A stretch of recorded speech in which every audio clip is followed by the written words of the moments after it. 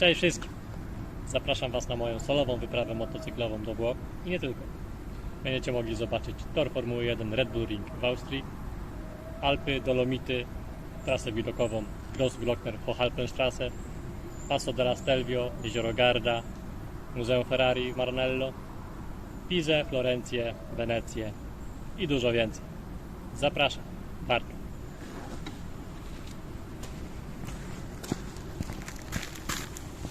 Naprawdę warto.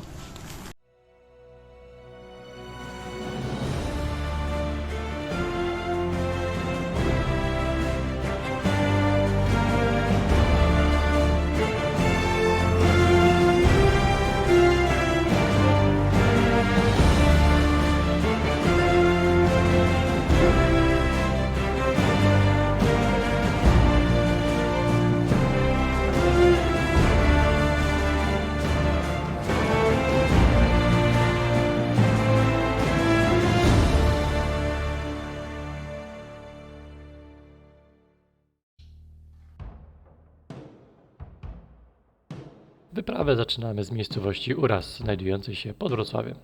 Cała trasa, jaką przebyłem, liczyła 3420 km, a przejechanie jej zajęło mi 13 dni. Oszczędzę Wam do minimum nagrań z przejazdu po Polsce i Czechach, żeby przejść do bardziej ciekawych ujęć w dalszej części tego materiału.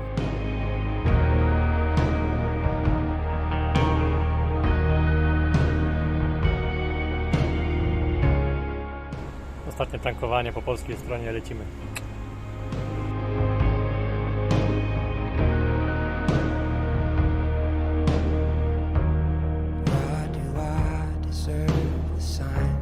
Jeśli chodzi o kontrole covidowe na granicy polsko-czeskiej w okresie wakacyjnym, no to ile ludzi, tyle opinii. A tutaj możecie zobaczyć, jak to wyglądało w praktyce. Na początek, póki nie ma jeszcze zbytnio czego opisywać, może podrzucę garść informacji technicznych. Do monitorowania pogody używałem strony SAT24 i kto nie słyszał, temu gorąco polecam. Pomaga w zaplanowaniu komfortowej i spokojnej jazdy. Pomogło mi to we wstrzeleniu się w 3-dniowe okno pogodowe na przejazd przez te wszystkie kręte przełęcze po całych Alpach w pełnej słonecznej pogodzie.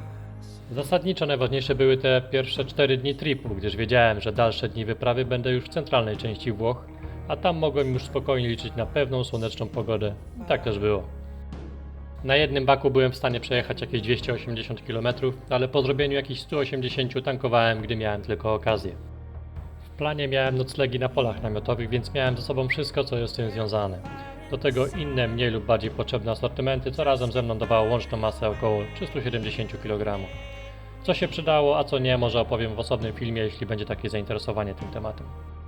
Pierwszego dnia tej podróży skupiłem się na pokonaniu jak największej ilości kilometrów i dotarciu aż pod granicę Czechy-Austria.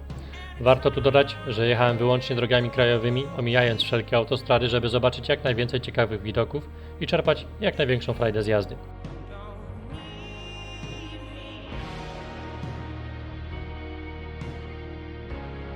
Założyłem, że noclegi będę robił pod namiotem, najlepiej przy jakichś jeziorkach. Na pierwszy stop namierzyłem ciekawe miejsce, jakim była miejscowość Tus, nieopodal granicy z Austrią, więc do przebycia miałem jakieś 400 km. Znajduje się tam parę jeziorek, w których można było popływać i wspomniane pole namiotowe.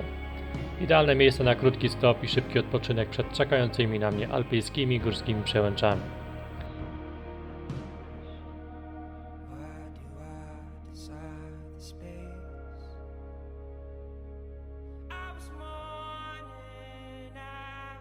Po szybkim śniadaniu i wypiciu kawy wystartowałem w kierunku granicy z Austrią. Jako pierwszy główny cel tej wyprawy obrałem tor wyścigowy Red Bull Ring w Austrii. Interesuję się wyścigami Formuły 1, a to jeden ze słynniejszych torów występujący w kalendarzu tego sportu, więc była to świetna okazja, żeby móc zobaczyć to na żywo.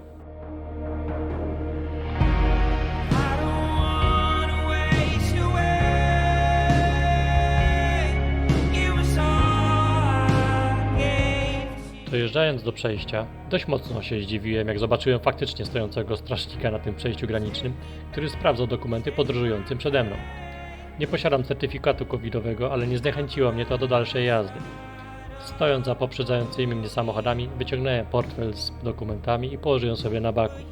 Jak wyglądała kontrol, zobaczycie sami.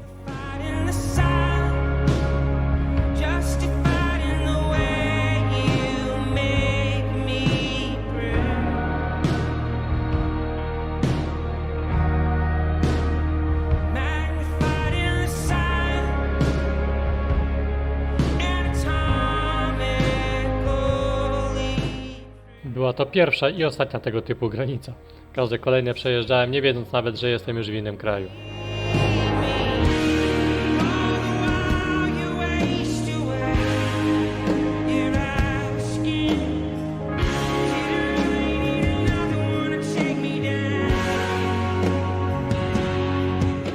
Austria przywitała mnie piękną pogodą i w połączeniu ze świetnymi drogami jazda motocyklem po coraz to bardziej korzystnych terenach sprawiała niesamowitą frajdę.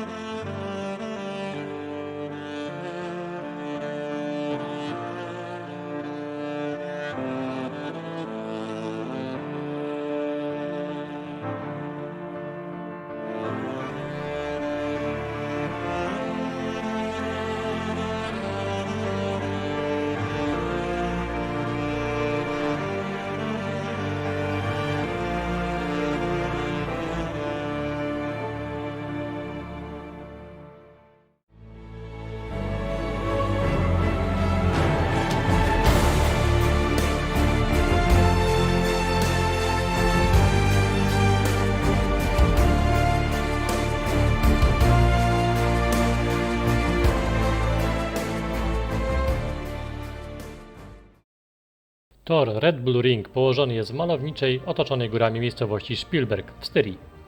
Jego łączna długość to 4326 metrów, a pierwsze Grand Prix wystartowało tam w 1970 roku. Zwiedzanie rozpocząłem od części wystawowej, na której można było podziwiać bolidy z poprzednich lat. Na żywo te maszyny zaskakują swoją wielkością i dbałością o najmniejsze aerodynamiczne detale. Miłym zaskoczeniem było to, że wstęp był całkowicie darmowy.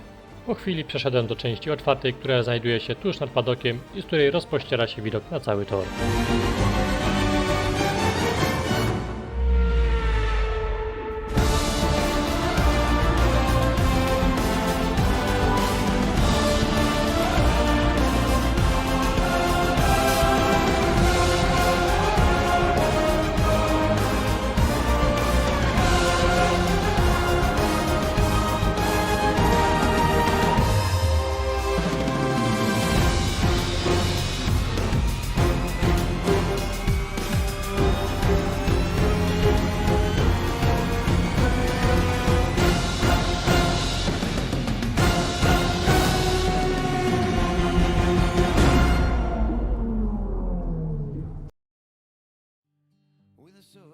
Akurat udało mi się trafić na jakiś pomniejszy event z udziałem sportowych motocykli, więc miałem okazję usłyszeć i zobaczyć, jak ten tor żyje. Nie ukrywam, że sam chciałem przejechać się swoim motocyklem po torze, więc zapytałem o taką możliwość w punkcie informacyjnym. I o dziwo jest to możliwe, ale tylko gdy nie odbywają się tego dnia żadne eventy. Była to najwyższa pora na znalezienie kolejnego kampu, gdyż robiło się już późno. Udało mi się namierzyć świetne pole kempingowe o nazwie Camping Murinzel. Znajduje się praktycznie w mieście. Tu po raz pierwszy napotkałem się z koniecznością pokazania certyfikatu covidowego. A że nie posiadam takiego, to musiałem zrobić u nich test covidowy, czyli patyczek do nosa.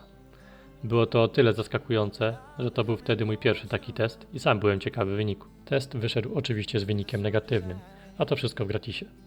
Miły, komunikatywny po angielsku właściciel obiektu oprowadził mnie po polu i po kolejnych 30 minutach byłem już praktycznie rozłożony na kępie.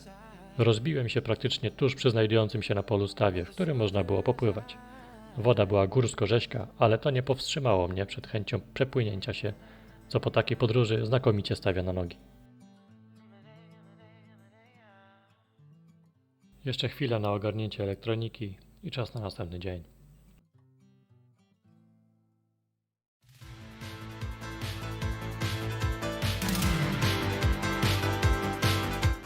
Poranek był pochmurny, ale po wypiciu kawy i zjedzeniu śniadania świeciło już słońce. Mamy 9:20. Jestem już pozapinany, popakowany. Tak to wygląda. Co, lecimy? Where have all the good men gone, and where are all the gone? Where's the streetwise earth that leads? Na ten dzień planowałem przejechanie drogi widokowej Grossglockner-Hochhalpenstraße. Pogoda była idealna, więc można było czerpać maksimum przyjemności z jazdy.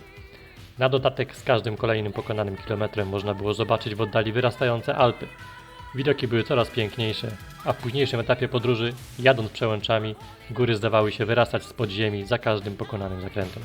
He's gotta be strong, and he's gotta be fast, and he's gotta be fresh from the fight. I need a hero. I'm holding on for a hero till the morning light. He's gotta be sure, and it's gotta be soon, and it's gotta be larger than life, larger than life.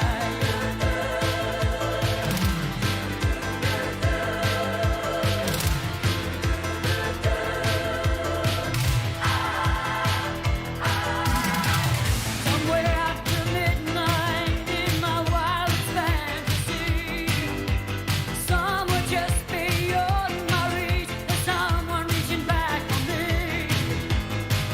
racing on the thunder and rising with the heat.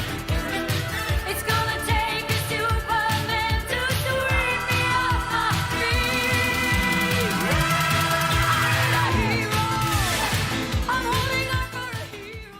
Przed wjazdem na Hochhalpenstraße zatrzymałem się w miasteczku, żeby coś zjeść. Padło na pizzę i to tutaj po raz drugi poproszono mnie o certyfikat covidowy, mimo tego, że chciałem zjeść na zewnątrz. Zaproponowano mi znowu test za darmo, a wyniki już znacie. Po 40-minutowej przerwie byłem już najedzony i gotowy na Grossglockner. Po przejechaniu bramek, gdzie trzeba było iścić opłatę w wysokości 27 euro, zaczęły się problemy z funkcjonalnością kamery przy motocyklu i niestety uciekło mi parę ładnych ujęć. A jak się później okazało, jeszcze więcej ucieknie w późniejszym etapie podróży. Teraz siedząc i przypominając sobie tamte chwile, przypomniał mi się zapach, jaki towarzyszył zaraz po przejechaniu bramek. Był to zapach spalonych klocków hamulcowych wydobywający się z aut, które zjeżdżały z góry. Uwierzcie mi, jadąc motocyklem można wiele odczuć.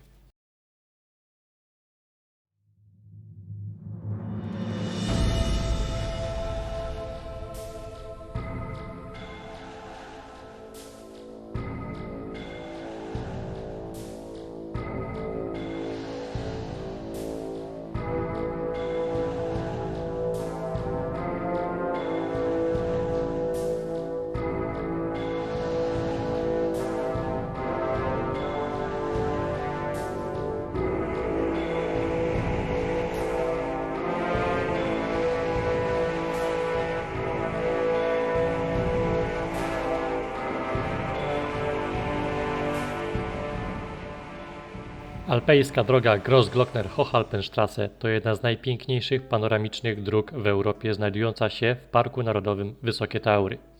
Wiedzie przez jeden z najbardziej malowniczych zakątków Austrii, łącząc dwa kraje związkowe – Salzburg i Karyntię. Na odcinku 48 km pokonuje się różnicę poziomu wynoszącą aż 1766 metrów, a kąty nachylenia jezdni sięgają nawet do 12%.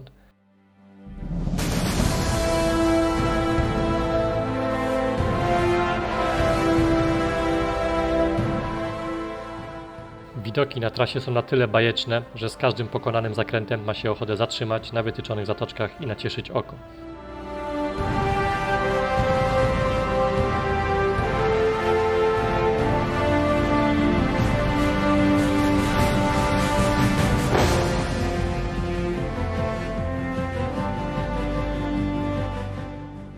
Zjeżdżając na dostępną drogę utwardzoną prowadzącą do punktu widokowego Edelweißspitz, znajdziemy się w najwyższym punkcie, bo aż na wysokości 2571 metrów nad poziomem morza.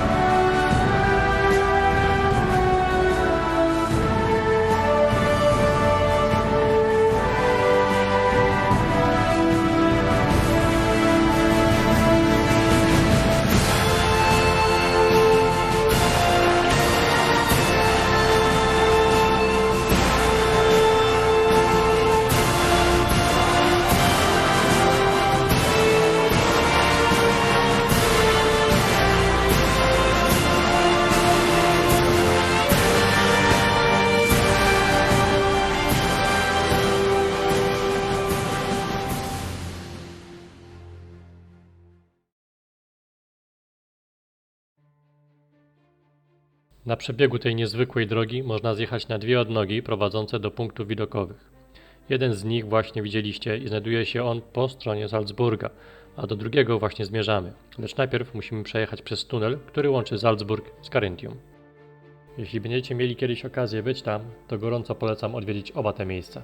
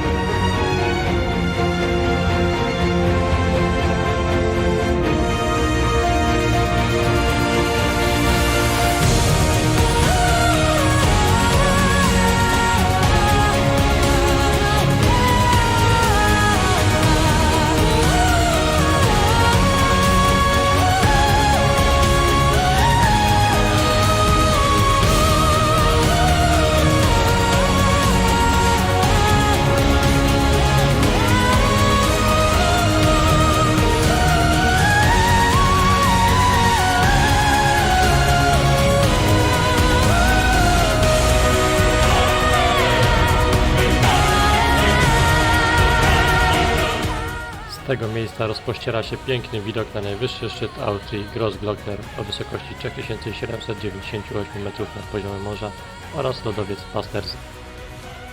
Akurat w chwili, w której tam byłem, sam szczyt Grossglocknera przesłonięty był chmurami, ale i tak miałem szczęście, bo chwilę później nie było już widać większej części góry.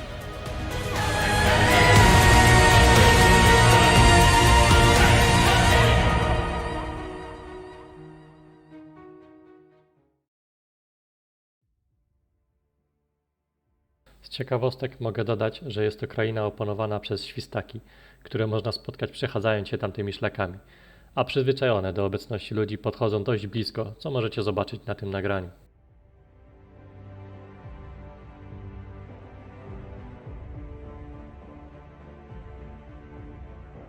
Choć chciałoby się tam posiedzieć jeszcze dłużej, czas gonił, gdyż robiło się coraz chłodniej, a musiałem jeszcze zjechać i znaleźć jakieś miejsce na nocleg.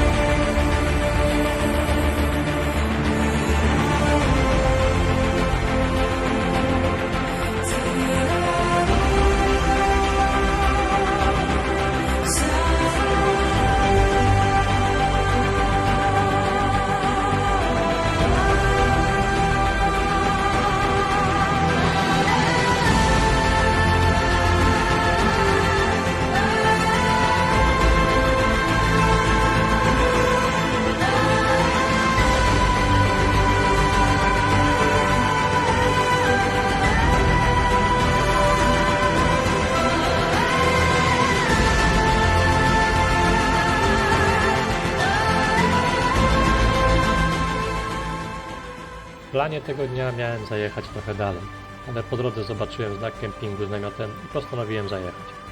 Jak się okazało, było miejsce, a cenowo wyszło około 16 euro, czyli w normie. Właśnie zjechałem z Grossglockner. Znalazłem kemping. A przystępną cenę. Teraz wam pokażę, ile trwa rozłożenie namiotu.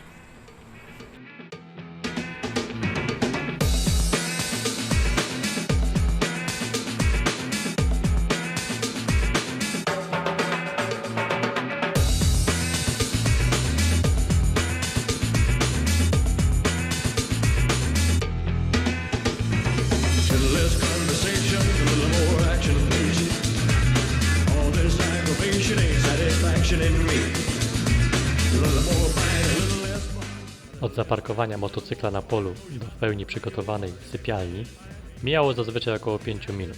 I tu mogę pochwalić dekatlonowy sprzęt za niezbyt duże pieniądze, który rzeczywiście się sprawdzał. Samo rozłożenie namiotu polegało na pociągnięciu 2 sznurków i naciągnięciu ścianek za pomocą śledzi. Co do poskładania tego wszystkiego i pospinaniu na motocyklu, trwało to oczywiście dłużej, ale z każdym kolejnym dniem nabierało się na tyle wprawy, że 15 minut spokojnie wystarczało. It's a groovy night and I can show you how to use it. Come along with me and put your mind at ease. Less conversation, a little more action. All this aggravation ain't satisfaction in me. A little more fight, a little less fight. A little less fight, a little more spark. Oh, you mama, open up your heart and maybe satisfy me. Satisfy me, baby. Come on, baby, I'm tired of talking.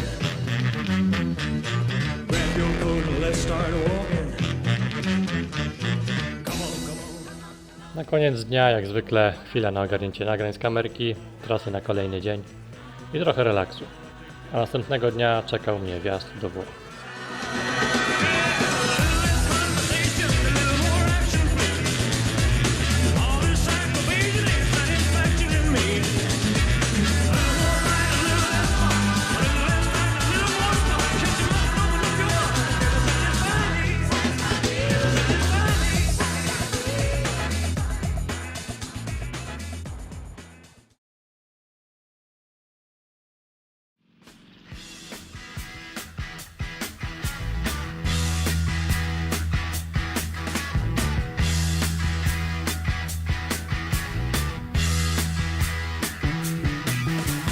Get your motor running. Head out on the highway, looking for adventure. And whatever comes our way. Yeah, darling, go make it happen. Take the world in a loving embrace. Fire all of your guns at once and explode into space. Planem na ten dzień było podjechanie jak najbliżej Passo dello Stelvio, tak ażeby kolejnego dnia zjechać z gór przez wszystkie te włoskie Passo i dojechać aż na południową stronę jeziora Garda. A dlaczego tak? Ano dlatego, że jak już na początku wspomniałem, cały czas monitorowałem pogodę, a ta miała drastycznie zmienić się w najbliższych dniach. I tak też było. Na szczęście wtedy byłem już w środkowej części Włoch. Explode into space like a true nature's child. We were born to be wild. We can climb so high. I never wanna die. Born to be wild.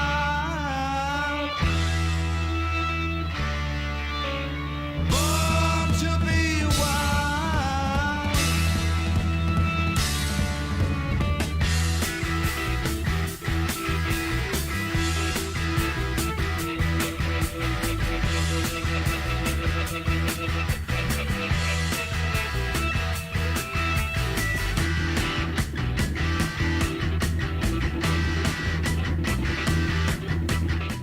Zbliżamy się do miejscowości Winnebach, znajdującej się w południowym Tyrolu. Łączy ona Austrię i Włochy takim wąskim przejazdem nazywanym granicą. O tym, że to już granica, zorientowałem się w ostatniej chwili, jak zwróciłem uwagę na ten dom po prawej z oknami w kolorach włoskiej flagi. Running. Head out on the highway, looking for adventure. And whatever comes our way. Yeah, darling, go make it happen. Take the world in a loving embrace. Fire all of your guns at once and explode into space. Like a true nature's child. We were born to be wild. We can climb so high. I never wanna die. Born to be wild.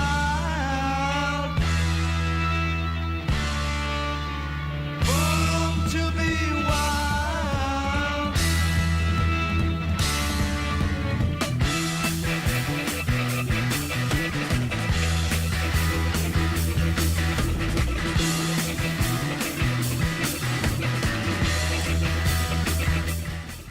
Na początku tego filmu wspominałem, że nie jechałem autostradami, bo moim celem nie było zrobić tylko trasę, a zobaczyć jak najwięcej. Widok Dolomitów jest powalający. Zresztą popatrzcie sami, tu nie trzeba nic mówić.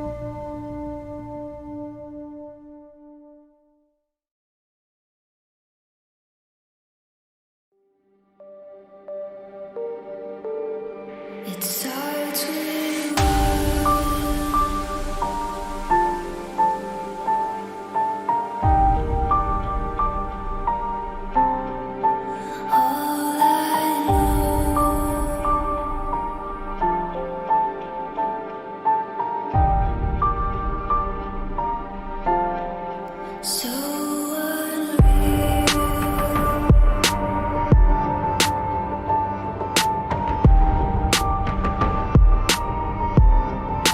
Watch you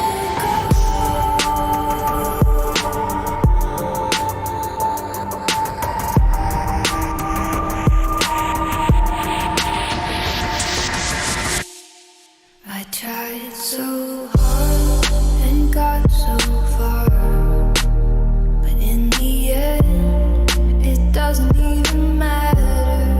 I had to fall to lose it all, but in the end, it doesn't even matter. I tried so hard and got so far, but in the end, it doesn't even matter. I had to fall to lose it all, but in the end, it doesn't even matter. It starts with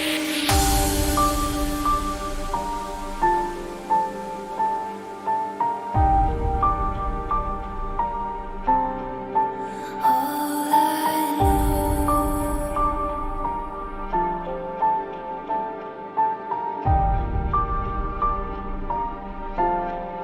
So unreal.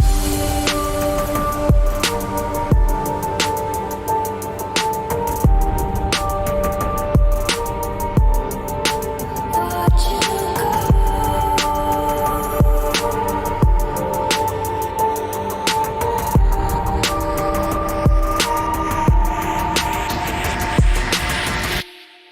I tried so hard and got so far, but in the end, it doesn't even matter. I had to fall to lose it all, but in the end, it doesn't even matter.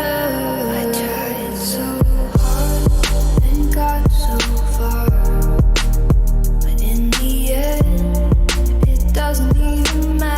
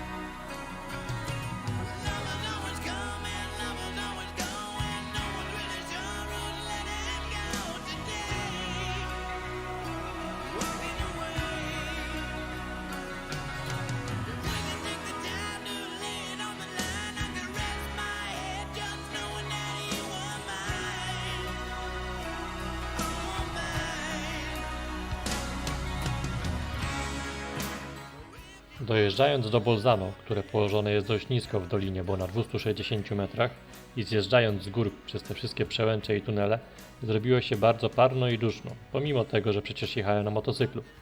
W samym mieście była istna sauna, a po tych wszystkich krętych przełęczach myślałem już tylko, żeby coś zjeść i zanurzyć się gdzieś w wodzie.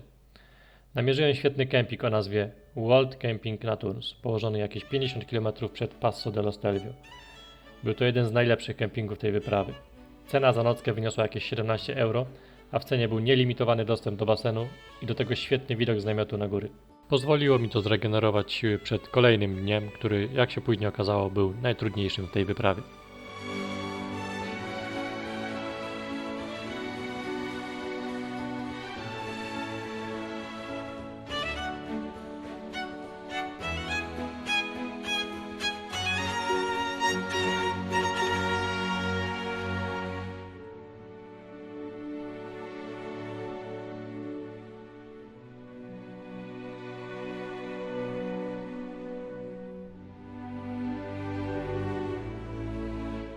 Na zakończenie tego dnia rozpętała się solidna burza i tu znowu muszę pochwalić konstrukcję namiotu, gdyż nic nie przeciekało, a przez dobrą godzinę lało jak z cebra.